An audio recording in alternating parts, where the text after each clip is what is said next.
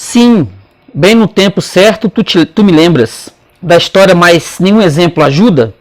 Nenhum nobre aparece ante meus olhos que sofreu mais do que jamais sofri, com o qual me comparando me apazigue? Não, tudo acabou. Só fica uma coisa: as lágrimas nos deu a natureza, de dor o grito, quando o homem no fim não mais consegue, e a mim mais do que aos outros, na dor deixou-me melodia e fala, para chorar o pesar mais profundo, enquanto os outros nos tormentos calam, um Deus me deu dizer o quanto sofro. Isso é Torquato Tasso, do Johann Wolfgang von Goethe. Beleza?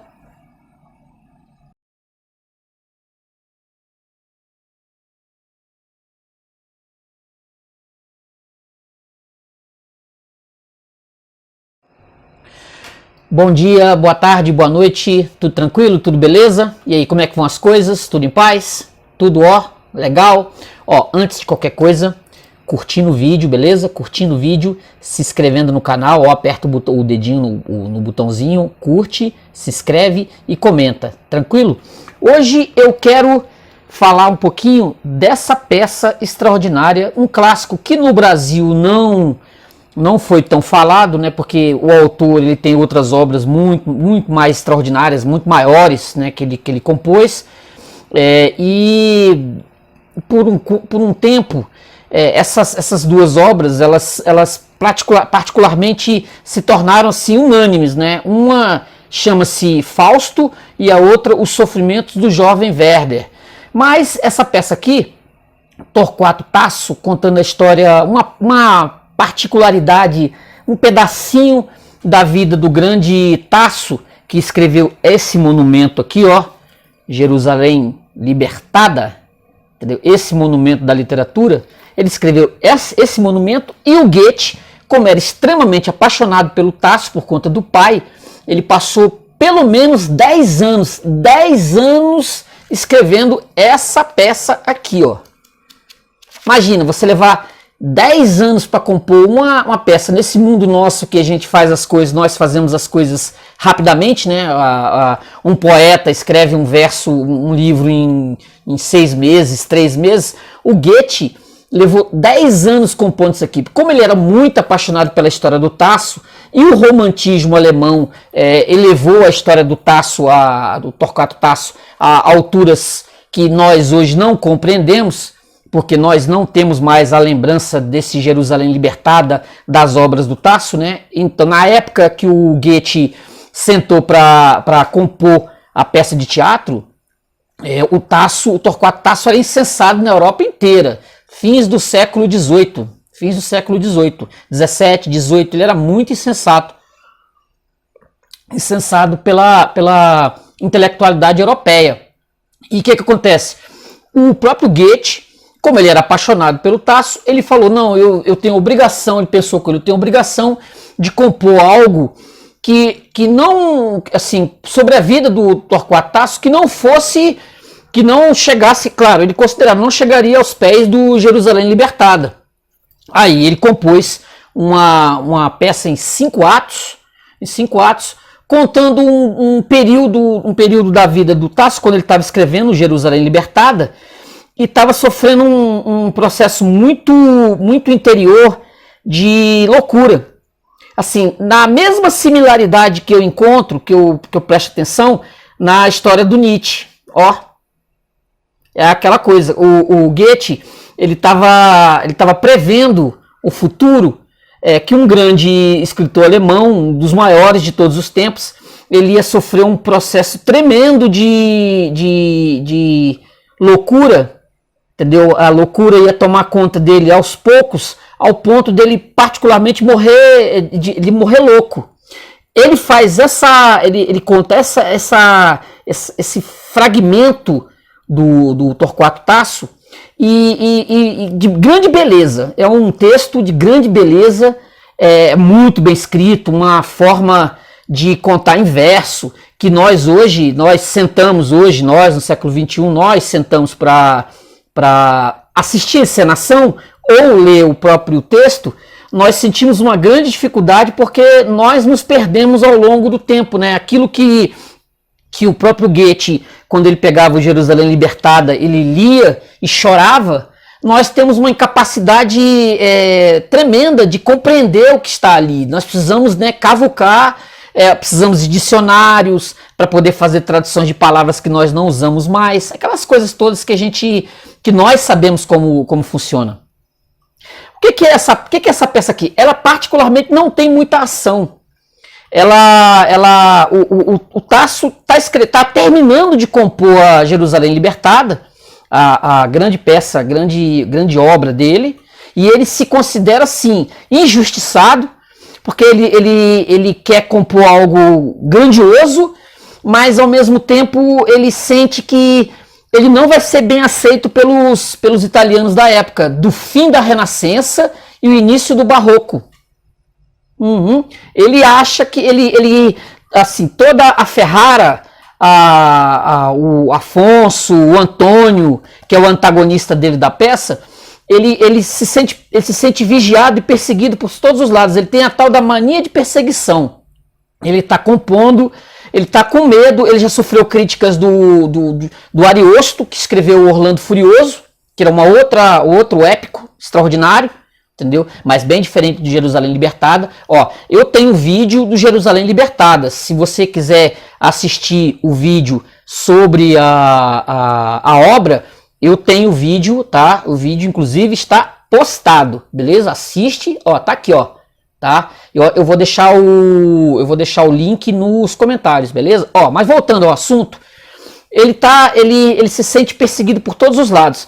Ele tem duas paixões, né, que o acompanham para todo lado, que é a princesa de Ferrara, e a outra é a Leonor. Só que tem um problema, como ele está com mania de perseguição, ele começa a achar que todos os amigos dele, mesmo os grandes amigos, estão, de alguma forma, fazendo maquinações para destruir a obra dele, para destruir, quando chegar a peça na mão do príncipe, o Afonso vai destruir, e ele fica com essa mania de perseguição. Como no próprio texto o Goethe coloca que ele tem até alguns problemas assim de alimentação, ele não come direito, ele é muito manhoso, é aquela coisa do gênio. É aquela coisa do gênio extraordinário, manhoso, achando que o outro tá em competição. Ele tem esse problema que, particularmente, muitos gênios da história da humanidade tiveram, e ele não fugiu a isso. Quando a ação começa, ele tem um antagonista que é o Antônio. Esse Antônio, assim, o Antônio preocupado com os negócios, etc., não conversa com ele direito, assim, não dá a ele não dá um papo, não dá uma conversa que o Torquato Tasso acha que tem que receber, né? Ele vive assim, as pessoas particularmente tinham que jogar rosas onde ele passasse. Era como se fosse, ele é um gênio, ele é extraordinário, ele está escrevendo a obra que vai fechar o classicismo italiano. Nunca mais um italiano vai escrever algo dessa magnitude, nunca mais, entendeu? A Itália já tinha dado Virgílio, já tinha dado Dante, e tinha dado o próprio Ariosto com como é que é deixa eu fechar aqui.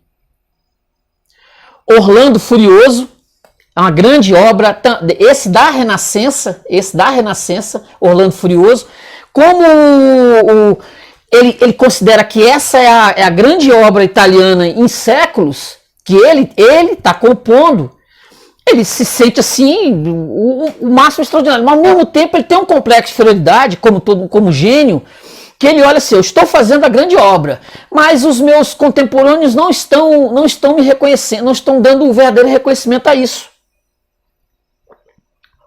Não estão dando verdadeiro reconhecimento a isso. E ele sofre. Como eu falei, a mania de perseguição, a disputa que ele tem com esse Antônio, que ele no meio da peça, o Antônio não dá devida atenção a ele, e ele entra em atrito com o Antônio, e o Antônio, assim, você até pode considerar que ele é o vilão da peça, mas não é essa real. Não é essa real. O problema está no Tasso. Essa é a questão, está no próprio Tasso. O Tasso é que está com problemas. E isso vai se arrastando, até chegar ao final, quando ele está completamente enlouquecido. Ele tinha mandado os originais da peça para alguns romanos dar uma olhada, o Jerusalém Libertada, para eles fazerem uma avaliação. Ele insiste nisso. Uns 10 grandes da Itália, juristas, etc. E esses juristas católicos, eles olham a Jerusalém Libertada com olhos assim, que essa peça é imoral. Esse texto não é um texto para ser colocado assim para todas as pessoas, para as pessoas lerem. E isso destrói com ele. Isso destrói com ele. O que já não era bom passa a ser péssimo com o tempo. E isso, quando ele volta para Ferrara, quando ele volta para a cidade, ele já volta completamente destruído. E o convívio com ele, com as pessoas que eram os amigos dele no momento, só vai fazer com que ele se deteriore cada vez mais. Não fica legal. No final da peça, que foi o início que eu li, entendeu? Que são as palavras dele no final da peça do Goethe, né? Que ele praticamente está prevendo o que vai suceder com ele. Ele vai ser preso por conta das atitudes dele, ele vai ser internado numa espécie de manicômio, né? Como se fosse um convento, e vai passar os últimos momentos dele nesse convento. Isso não está na peça do Goethe, mas isso se sabe historicamente. Porque a vida do gênio, ela faz com que as pessoas elas se debrucem para olhar assim, como esse homem enlouqueceu, puxa, tão genial, tão extraordinário, capaz de compor algo tão fantástico, tão fabuloso, e não aguentou, né? Não aguentou o espírito do seu tempo, o espírito do tempo. Ele não aguentou, e aí ele enlouquece nesse convento, espécie de manicômio à época. Ele enlouquece e lá ele morre, entendeu? Claro que com o passar do tempo ele foi louvado como grande gênio, extraordinário, aquela coisa toda, mas ele queria esse reconhecimento em vida. E os italianos, por conta do passado que os italianos têm e tinham naquela época, já tinham de monte, aí eles não olharam com delicadeza para o gênio que eles tinham no momento. Primeiro que já tinham tido toda a Renascença. Quando inicia-se o Barroco, eles já não estavam com paciência para esses épicos, para esses tipos de épicos. Eles tinham uma história imensa para trás. Então, naquele momento, não era importante para eles o Tasso, que acabou se tornando, com o passar do tempo e com o romantismo alemão e europeu, ele particularmente se tornou maior, muito maior. Hoje já não se lê mais Torquato Tasso. Hoje já não se lê. Ele está bem esquecido. Bem esquecido. Por exemplo, se você pegar Dante, o pessoal lê bastante Dante, a Divina Comédia. O pessoal pega Camões, né? O próprio Camões é bem lido, bem estudado. Mas o próprio Torquato Tasso, hoje ele está muito esquecido. Por isso, esse meu interesse de fazer um vídeo que coloque o Torquato Tasso nas redes, com comentários sobre a obra do Goethe, que no Brasil pouco lido. No Brasil pouco lido isso aqui. Por isso esse meu interesse. Por isso esse interesse que eu sempre bato na tecla. Leia Torquato Tasso, que vale a pena. A peça é extraordinária. O épico é extraordinário. Vale a pena pra caramba. Só para dar um adendo aqui, isso aqui do texto, tirado do texto, você vai reparar como isso tem uma força danada. Otto Maria Carpo falando sobre o Torquato Tasso. Olha só esse trechinho aqui que eu separei, que é o Maria Carpo falando desse grande autor que hoje, como eu falei, bem esquecido. Olha só o que ele diz aqui. Torquato Tasso é um dos poetas mais famosos da literatura universal. Os séculos passados compararam-no a Homero, Virgílio e Dante. Não é pouco não, hein? E havia quem gostasse de colocá-lo acima destes.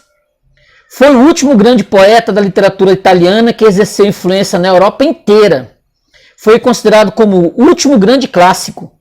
Também não foi por acaso que Goethe o celebrou na tragédia Torquato Tasso.